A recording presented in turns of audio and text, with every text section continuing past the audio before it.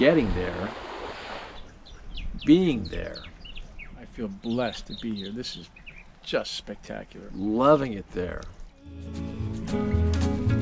I'd like to raise the sails again, watching for the whales again, and never have to say I wish that I had done the things that I can't do when I'm too old to play.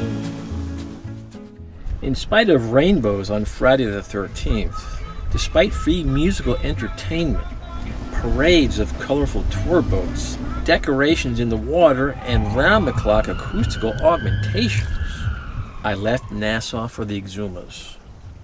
And not in the best of circumstances, I'll tell you in a minute.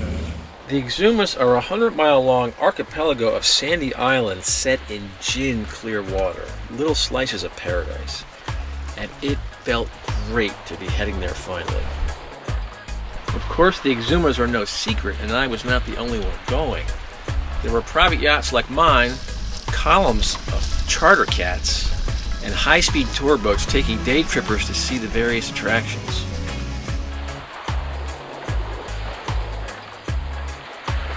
But I was headed to a more northerly island, rarely visited by other boats because of the shallow and challenging entrance, and so had the ocean to myself once again.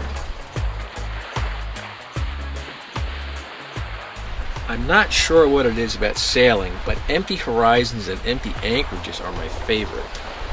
I mean, I'm not a misogynist or anything, and I certainly enjoy meeting other cruisers, but something about feeling like you're the only one for miles is very pleasing. The red dots here represent coral heads or small reefs, and we'll be passing through the narrow section of them down at the lower left. Most are accurately charted, but I've passed several that were not.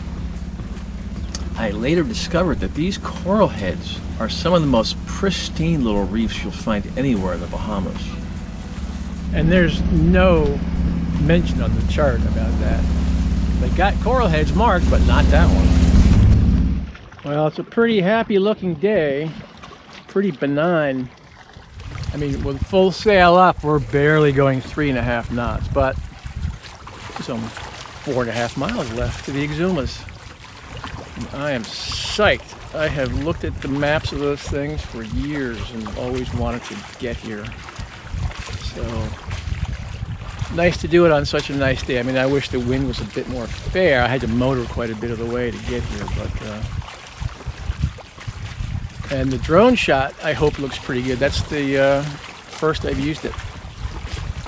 But no waves, gentle breeze, sunshine, Bahamas.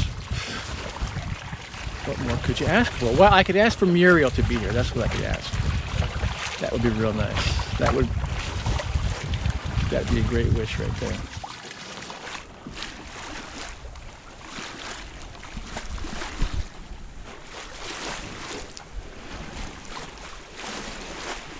There they are. Woohoo! Yeah. I was headed for an anchorage between Pimlico and Roberts Key, and I had to run the Serpentine Route only an hour after full low tide. Looks like a lot of skinny water in there. Wish me luck going in that. Yikes. I gotta watch the chart. Excuse me. I'm looking at Navionics, which has a dotted line representing the recommended route through the shallows. Wow. Wow. This guy's coming in behind me. He's going to try it now. Wow, this is some spot. This is a far cry from Nassau. And I was one very happy camper sitting here in this paradise, accompanied only by the songbirds, turtles, and rays. This is the view southwest and the only direction exposed to a long fetch and wind-driven swells. And I have yet to see wind from this direction here. East and the many coral reefs. North to the top of the Exuma chain and Ship Channel Key. And west. Here you can better see the route through the shallows. and that catamaran that thought better of coming in. This place is amazing, and it's only my first day. I feel like a kid in a candy store with the Exumas spread out to the south of me. There's a terrific little beach to my west and a stand of palm trees to the south. The contrast to Nassau is so startling, and I still can't get over it, but I'm loving it. Hopefully it's not the single best anchorage in the whole Exumas. Like, hopefully it's not downhill from here or something. I don't know how you beat this. Looks like there used to be a house here where these palm trees are.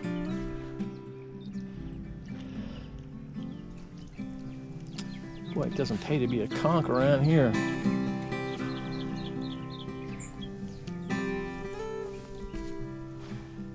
Look how pretty the sea grape is, all kind of purple and maroon and green all at the same time. That's spectacular.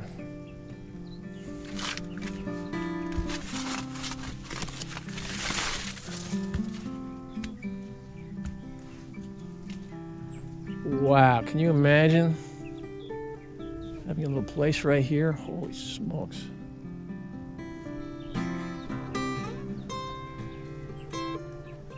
Hey, maybe it's for sale.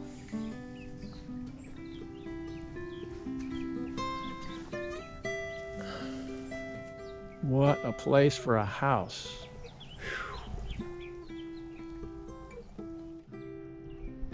Ooh.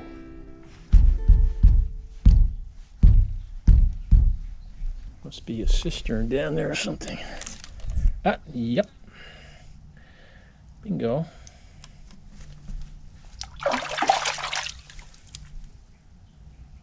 Fresh water. Man, if all the anchorages are like this, wow. I feel blessed to be here. This is just spectacular. I'm having a celebratory dark rum and mango juice and nutmeg cocktail. Whew. It is, what a spot. I know I've said it 18 times, but really. And what do you hear? Nothing. Just a little swish of water. There were some birds earlier. It's quiet. And that catamaran never came in. I talked to them. They came in here. They went over to the beach over there on paddle boards and such. And all Germans. I went and talked to them. And they were on a charter boat, which is the reason they didn't come in. They were worried about grounding out.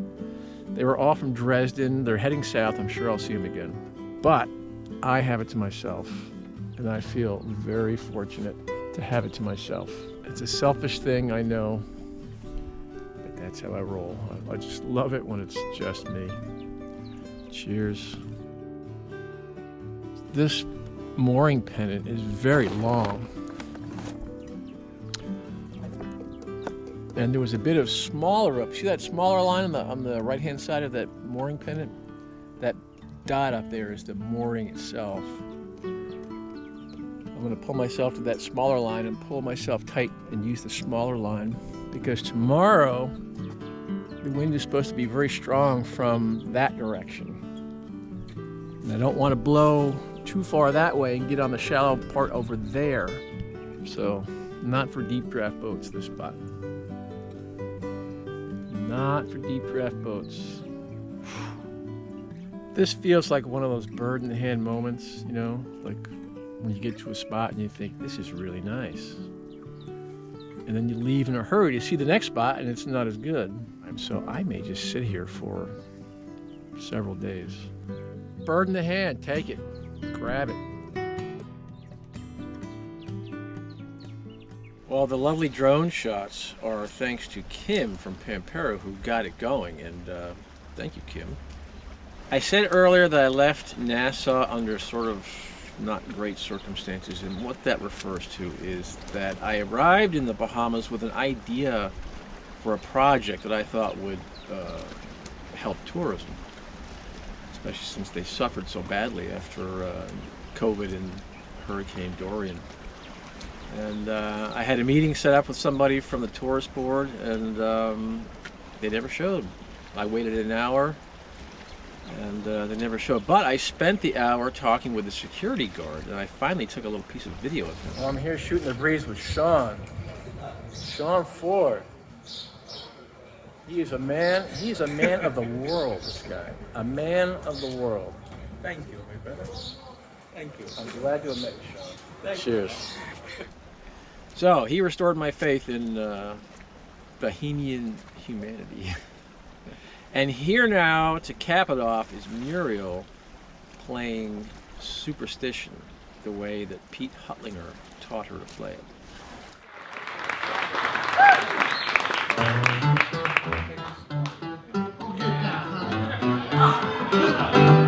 I learned this from Pete Huttlinger, sitting right next to me at All-Star.